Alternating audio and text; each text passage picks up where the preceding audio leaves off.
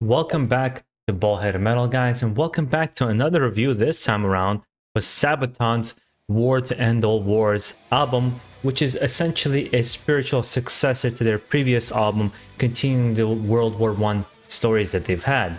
I've got a chance to check out this album only a couple days before release, but I gotta say, I came away quite enjoying this album. Now, you guys have seen me react to Christmas Truce. I did a reaction to The Unkillable Soldier. I've actually did a reaction to Soldier of Heaven, but it got erased, where I ended up really enjoying the song. Actually, out of the singles, I enjoyed that song the most. Now, I'm not the biggest Sabaton fan, and I think that's important to say when I come into this review. I've discovered this band when I went to see Iced Earth many years ago, and they stole the show, meaning Sabaton completely stole the show when they came on and did their live performance. They were actually better than what is my favorite band, Iced Earth. They completely destroyed them on the live stage, and they've done that every single time I've seen them live. And I came back when I started doing these kinds of videos and reactions. I started listening to more Sabaton songs that I wasn't aware of, and again, growing my appreciation for what this band was. But again, I'm not the biggest fan. I also see their style changed from their earlier albums of being a more traditional kind of a power metal band into what become like this very specific way they write their music that's very much made for the live stage and concert, like big epic choruses, very easy to chant and sing along to. They've created like this staple sound that is Sabaton. But what are you going to expect with this album? I honestly think fans actually know what they're going to get with this album. It is sort of like Iron Maiden, it is sort of like Judas Priest or Black Sabbath. You kind of know what you're going to get with veteran bands at this point, and it's not going to be particularly innovation of a sound.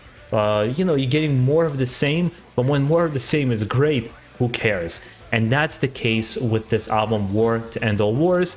It's everything I've heard from Sabaton. It's the same epic choruses, it's the same epic lines, just what you've heard in the singles that they've released. Christmas Truce, I think, being the more surprise of them all. But for me, all the best songs were the ones weren't the singles. Forgive me if I mispronounce the name of the song, but it's Sarajevo, my favorite song in the album. Stormtroopers, it was a great song. Again, Soldier of Heaven, I really liked. Hellfighters was an absolutely kick-ass song. I really enjoyed Versailles as well, The Valley of Death. Essentially, every single song in this album is good. It's just, for example, I didn't connect with Unkillable Soldier as much as you guys did, or Christmas Truce, just because I like the more epic songs from Sabaton personally. But from a standpoint of actually looking at it and seeing how fans are going to be enjoying this album, where is it going to stand in the pantheon of Sabaton albums? It remains to be seen. From my impression, it's kind of, again, it's something that you've heard before.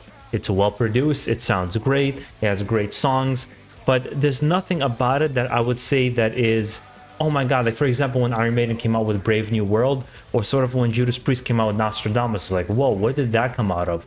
Or even not a good example, like Load Reload from Metallica. There's none of that here going on. It's very familiar Sabaton songs, but they're just so good for what they do. If you're a fan of the sound, I already know you guys are going to absolutely love this. You should be absolutely excited for this, because I think you're going to be really in for a treat that most of the songs you're going to enjoy the most, I think so, are going to be the ones you haven't heard yet. And it's just musically, like I said, the ones that stood out to me the most is Sarajevo and Stormtroopers. They really stood out to me with their guitar work and solos and everything that they've done in that particular song. And then there was some more old school riffing that I've heard from Sabaton is kind of present in those songs. Dreadnought, another song I didn't mention before, was really good. And it doesn't overstay its welcome with the 11 songs that it has at 45, just over 45 minutes. It's just the right amount of length. It's just very well designed and produced album. For me, it just doesn't resonate where I meant to say that I am not the biggest fan. It doesn't resonate like it does with a very hardcore Sabaton fan. So the question comes to stand, how are new fans going to feel coming into this album and listen to this band, or somebody who's not very familiar with, what is it about this band that's really going to capture their attention? And I feel like it's one of those bands you either enjoy their sound or you're kind of like okay about it. But I can't see anybody ever saying that, for example, objectively speaking, I can take a step back and go, no, this music is great. Might not be the thing I take out of a box and pick and be my favorite style of traditional power metal, but they're undeniable in their skill. And even more so, where my appreciation really comes from this band is a live performance. They are one of the top live performers I've ever seen, and they just bring an energy. And Joachim is such a good frontman. And chatting with Hannes for an interview made me love the band even more, because just how down to earth he was and what seems to be all the band members are and in Sabaton.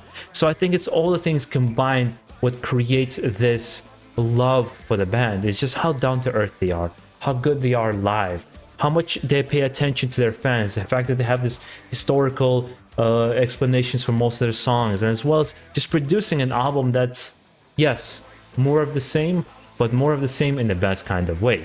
And leaving on that note, I want to hear also from fellow fans who are going to check this album out today and get a chance to go through it and see what they thought. That more so, I want to have that conversation with you guys as well. Did you feel like the best songs weren't the singles? Did you feel like the singles were the best songs, some of the best songs?